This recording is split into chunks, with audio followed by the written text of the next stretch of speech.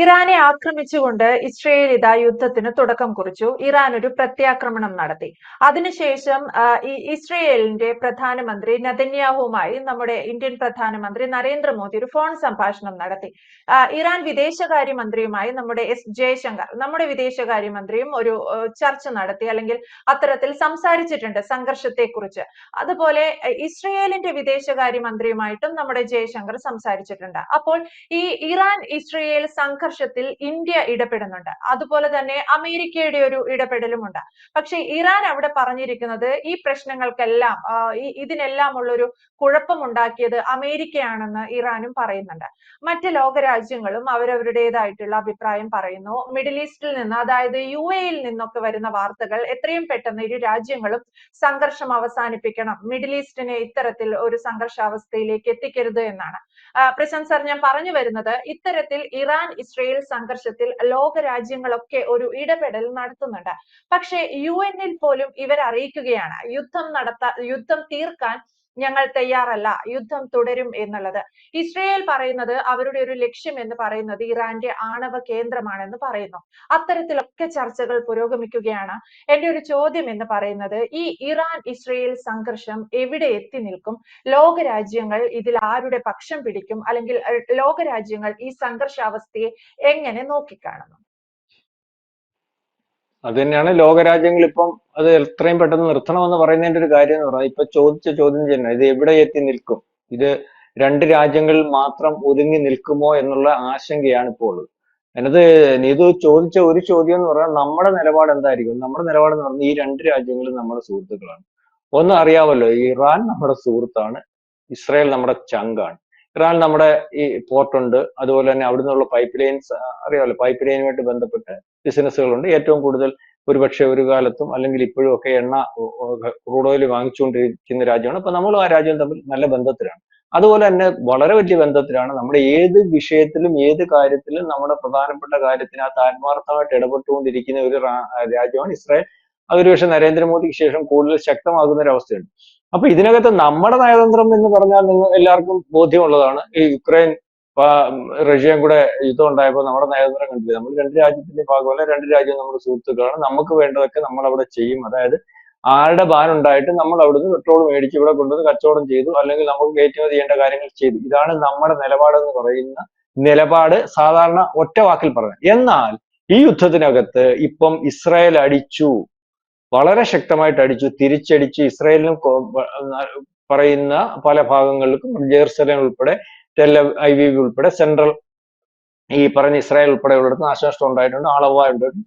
അതിന്റെ ശേഷം തിരിച്ചടിക്കുന്ന സമയത്ത്, അതായത് ഇസ്രായേലിന്റെ ആദ്യത്തെ അടിയിൽ വളരെ പ്രധാനപ്പെട്ട സൈനിക മേധാവും വളരെ പ്രധാനപ്പെട്ട നേതാക്കന്മാരും ഈ പറയുന്ന പരമോന്നതയുടെ ഉപദേഷ്ടാവും ഉൾപ്പെടെയുള്ള ശാസ്ത്രജ്ഞന്മാർ ഉൾപ്പെടെയുള്ള നിരവധി പേർ കൊല്ലപ്പെട്ടതായിട്ട് ഔദ്യോഗികമായിട്ട് റിപ്പോർട്ട് ചെയ്യുന്നു. അപ്പം ഇറാന് വന്നിരിക്കുന്ന നഷ്ടം വളരെ ഭീകരമാണ്, അതിന് തിരിച്ചടി ഉണ്ടാകും. അതിന്റെ കാരണക്കാരൻ അമേരിക്കയാണെന്ന് പറഞ്ഞാൽ അമേരിക്ക തിരിച്ചടിക്കാൻ സാധ്യതയുണ്ട്. അതിന്റെ കാരണം അമേരിക്കയാണെന്ന് പറയുന്നതിന് ഉള്ളതെന്ന് പറഞ്ഞാൽ ഇറാനുള്ള ഒരു മാനസിക ബുദ്ധിമുട്ടെന്ന് പറഞ്ഞാൽ അറേബ്യൻ രാജ്യങ്ങൾ അമേരിക്കയുടെ ഭാഗമായിട്ട് നിൽക്കുന്നു. അതിനകത്ത് സുന്നി ഷിയ പ്രശ്നമുണ്ട്. ഇവർ ഷിയയാണ്, സുന്നി രാജ്യങ്ങളാണ് സൗദി അറേബ്യ മറ്റ് രാജ്യങ്ങളും ഒക്കെ. ഇപ്പൊ അവരുടെ ബേസുകളുള്ള ഇറാനല്ല ഇറാഖിലെ, ഈ പറയുന്ന ഖത്തറിലെ, സൗദിയിലെ, മറ്റ് ഈജിപ്തിലെ, ഇങ്ങനെ പലയിടത്തും ബേസുകളുണ്ട്. അപ്പൊ ഈ ബേസുകളെ ആക്രമിക്കാൻ പ്രാപ്തമായിട്ട് ശക്തിയുള്ള രാജ്യമാണ് ഇറാൻ. ലോകത്തുടനീളം പ്രോക്സികളുള്ള രാജ്യമാണ് ഇറാൻ. ഇറാൻ അവിടെ ഇരുന്നുകൊണ്ട് ലോകത്ത് എവിടെയും സംഘർഷം ഉണ്ടാക്കാനൊക്കെ, സംഘർഷം എന്ന് പറഞ്ഞാൽ എന്താണെന്ന് അറിയാം, ലോകത്ത് ഇസ്രായേലിന്റെ നയതന്ത്ര കാര്യാലയങ്ങൾ ആക്രമിക്കാൻ പറ്റും, അല്ലെങ്കിൽ വണ്ടി ഇടിച്ച് പലർത്തും കയറ്റാൻ പറ്റും, അറിയാമല്ലോ. ഇത്തരത്തിലൊക്കെ ഈ നമ്മൾ പറയുന്നത് കൂലിച്ചട്ടം വീളെന്ന് പറയുന്ന പോലെ അത്തരത്തിലുള്ള ഈ പറയുന്ന ടെററിസ്റ്റ് ഗ്രൂപ്പുകളുടെ അല്ലെങ്കിൽ പ്രോക്സികളുടെ രാജാവാണ് ഇറാൻ. അതുകൊണ്ട് തന്നെ ഇറാൻ തിരിച്ചടിക്കുന്നത് അമേരിക്കയെ തിരിച്ചടിക്കും എന്ന് പറയുമ്പോൾ അമേരിക്കയ്ക്കറിയാം ഒരിക്കലും അമേരിക്കയെ നേരിട്ട് തിരിച്ചടിക്കാൻ പ്രാപ്തമല്ല, അല്ലെങ്കിൽ അത്ര ദൂരത്തിൽ ചെന്ന് അടിക്കത്തില്ല. അടിക്കാൻ പോകുന്നത് പറഞ്ഞാൽ ഇവിടെ സൈനിക താവളങ്ങളാണ്, ഇവരുടെ ബിസിനസ് കേന്ദ്രങ്ങളാണ്, അവരുമായിട്ട് കൂടി നിൽക്കുന്ന നാറ്റോ രാജ്യങ്ങളും ഒരുപക്ഷെ അറേബ്യൻ രാജ്യങ്ങളും യൂറോപ്യൻ രാജ്യങ്ങളെയും ഒക്കെയാണെന്നുള്ളതാണ്. അതുകൊണ്ടാണ് അമേരിക്ക ഇനിയും നിർത്തിക്കോ, പറഞ്ഞാൽ കേട്ടില്ലെങ്കിൽ പ്രത്യാക്രമണം രൂക്ഷമായിരിക്കും, ഇതുവരെയുള്ള അടിക്ക് ഞാനില്ല, അതുകൊണ്ട് എന്നെ തിരിച്ചടിക്കണ്ട എന്ന് പറയുമ്പോൾ അതല്ല എന്ന് പറഞ്ഞിട്ട് അടിക്കാൻ സാധ്യതയുണ്ടെന്ന് കണ്ട്, അല്ലെങ്കിൽ രഹസ്യാന്വേഷണ വിഭാഗം ഇന്റലിജൻസ് വിവാദത്തിന്റെ റിപ്പോർട്ടുകളൊക്കെ ഈ അമേരിക്കക്കെതിരായത് കൊണ്ടാണ് അമേരിക്ക വീണ്ടും താക്കീത് കൊടുത്തിട്ട് യുദ്ധക്കപ്പലുകളുമായിട്ടും കൂടുതൽ സൈന്യത്തെയും ഒക്കെ ഇവരുടെ സഖ്യരാജ്യങ്ങളിലേക്കും അല്ലെങ്കിൽ ഇവരുടെ സൈന്യ താവളങ്ങളിലേക്കും കൊണ്ടുവരും. അതേപോലെ തന്നെ ഈ സമയത്ത് ഒരു കാര്യം കൂടി സാധ്യതയുണ്ട്. ഒരു കാര്യം എന്ന് പറയുമ്പോൾ റഷ്യ ഇത് മുതലാക്കാൻ സാധ്യതയുണ്ട്. റഷ്യയെ ആക്രമിക്കുന്ന നാറ്റോ രാജ്യങ്ങൾ, യൂറോപ്യൻ രാജ്യങ്ങൾ അല്ലെങ്കിൽ ഇതുപോലുള്ള സഖ്യരാജ്യങ്ങളെ ആക്രമിക്കുന്നതിന് വേണ്ടി ഇറാന് വേണ്ട സഹായം ചെയ്തു കൊടുക്കാൻ സാധ്യതയുണ്ട്.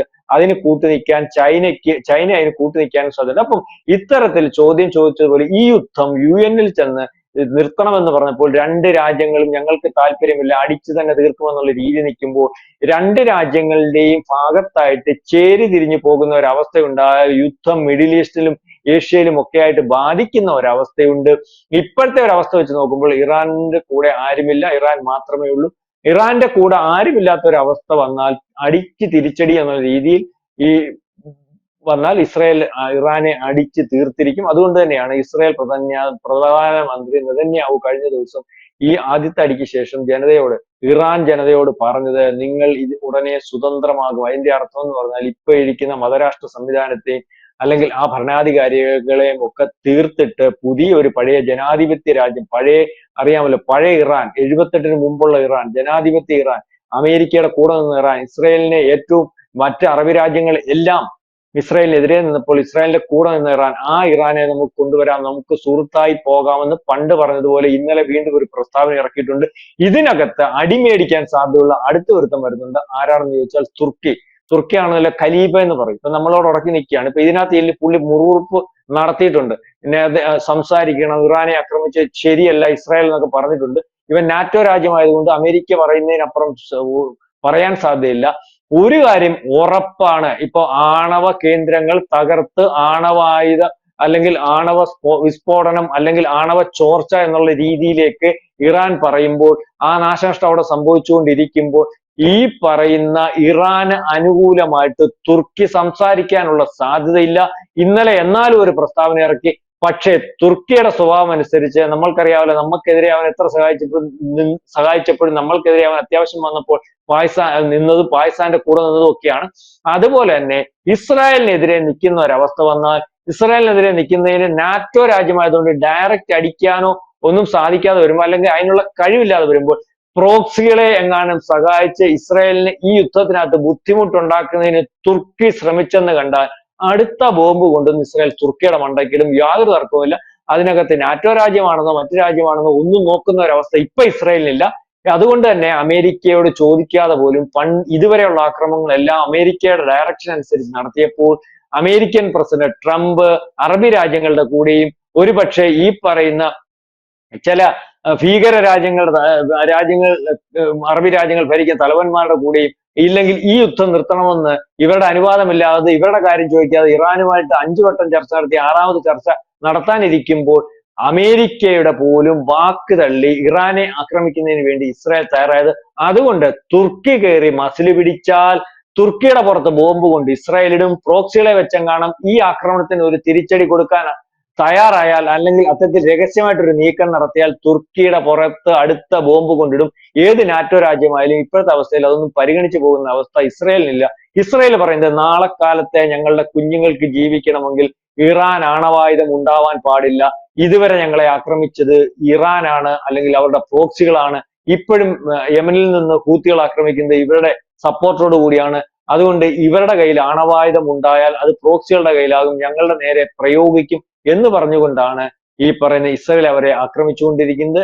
അതിന് ഒരു പരിധിവരെ ശരിയുമാണ്. പക്ഷെ ഇസ്രായേൽ പറയുന്നത് ഞങ്ങൾ ആണവായുധം ഉണ്ടാക്കിയിട്ടില്ല, ഞങ്ങൾക്ക് പറയുന്നത് പോലെ ഊർജത്തിന്റെ പ്രശ്നമുണ്ട്, അത് പരിഹരിക്കുന്നതിന് വേണ്ടി ഊർജം ഉണ്ടാക്കുന്നതിന് വേണ്ടി ഊർജം ഉണ്ടാക്കുന്നതിന് വേണ്ടിയുള്ള സമ്പുഷ്ടീകരണവും നിലയങ്ങളും ഒക്കെ ആണ് ഞങ്ങൾ സ്ഥാപിക്കുന്നത്. പക്ഷെ അതിനകത്തൂടെ ആണവായുധവും ഉണ്ടാക്കാൻ പറ്റും എന്നുള്ള കാര്യം ലോകത്തെല്ലാവർക്കും അറിയാം. അപ്പൊ ഇറാനെ പോലെയും പാകിസ്ഥാനെ പോലെയും ഉള്ള രാജ്യത്തിന്റെ കയ്യിൽ ആണവായുധം വന്നാൽ അത് ഈ പറയുന്നത് പോലെ മതരാഷ്ട്രമായതുകൊണ്ട് അതൊരു വിവരവും ഇല്ലാതെ പ്രോക്സികളുടെ കയ്യിലും അല്ലെങ്കിൽ ആവശ്യം വന്നാൽ അവരും പ്രയോഗിക്കുന്ന ഒരവസ്ഥയുണ്ട്. ഇസ്രായേൽ ആശങ്കപ്പെടുന്നതിന് കാരണമില്ല. അപ്പം ഈ ഒരു യുദ്ധം തുടർന്ന് പോയാൽ നാളെ കാലത്തെ ഇതൊരു വലിയ യുദ്ധമായിട്ട് വന്നാൽ ഏതൊക്കെ ആൾക്കാർ ആരുടെയൊക്കെ കൂടെ കാണും എന്നുള്ളതിനെ പറ്റി നമ്മൾക്ക് ഇപ്പം പറയാൻ പറ്റത്തില്ല. ഇപ്പം ഏതായാലും ആരുടെയും കൂടെ ആരും പക്ഷം പിടിച്ചിട്ടില്ല. അമേരിക്ക ഒരുപക്ഷെ അവരെ ആക്രമിക്കുമെന്ന് കണ്ടപ്പോൾ അവരുടെ കാര്യങ്ങൾ സുരക്ഷിതമാക്കുന്നതിന് വേണ്ടി അവർ നീക്കങ്ങൾ നടത്തിയിട്ടുണ്ട്, ഒരുക്കങ്ങൾ നടത്തിയിട്ടുണ്ട്, കപ്പലുകൾ നീങ്ങിയിട്ടുണ്ട്, സൈന്യത്തെ അയച്ചിട്ടുണ്ട്, അവരുടെ ബേസുകളിൽ നിന്ന് യുദ്ധോപകരണങ്ങൾ വളരെ സുരക്ഷിതമായ മേഖലയിലേക്ക് മാറ്റിയിട്ടുണ്ട്. അപ്പം ഈ തുർക്കി ഒരു ചെറിയ അനക്കം ഇറങ്ങിയിട്ടുണ്ട്. തുർക്കി ഇവരെ ആക്രമിക്കുന്ന ഒരു അവസ്ഥ വന്നാൽ തുർക്കിയുടെ പുറത്ത് കൊണ്ട് ബോംബിടുന്ന ഒരു ഇസ്രായേലിനെ നമുക്ക് നാളെ കാണേണ്ടി വരും എന്നാണ് ഇപ്പം മനസ്സിലാവുന്നത്. യെസ്, അതാണ്. അത്തരത്തിലൊരു സപ്പോർട്ട് നൽകുകയാണെങ്കിൽ തുർക്കിക്ക് മേൽ ആക്രമണം നടത്തുന്ന ഒരു ഇസ്രയേലിനെ കൂടി നമ്മൾ കാണേണ്ടി വരുമെന്നാണ്. എന്തായാലും ഇറാൻ ഇസ്രയേൽ സംഘർഷത്തിൽ ലോകരാജ്യങ്ങൾ ആരുടെ പക്ഷം പിടിക്കും എന്നതൊക്കെ ഇതാ വരും മണിക്കൂറുകളിൽ പല രാജ്യങ്ങളുടെയും ഈ വിഷയത്തിലുള്ള പ്രതികരണങ്ങളിലൂടെ മനസ്സിലാവുന്നുണ്ട്. ഇന്ത്യയെ സംബന്ധിച്ച് ഇറാൻ സുഹൃത്ത് രാജ്യമാണ്. പ്രശാന്ത് സാർ സൂചിപ്പിച്ചതുപോലെ ഇസ്രയേൽ ചങ്കുമാണ്. അത്തരത്തിൽ ഇന്ത്യ എടുക്കുന്ന നിലപാടും നിർണായകമാണ്. പക്ഷെ ഇന്ത്യ ഈ വിഷയത്തിൽ ഇരു രാജ്യങ്ങളോടും പ്രശ്നത്തെക്കുറിച്ച്, സംഘർഷത്തെക്കുറിച്ച് ഒരു ചർച്ചയും നടത്തിയിട്ടുണ്ട്. വ്യക്തമാണ്. Thank you Prashant sir.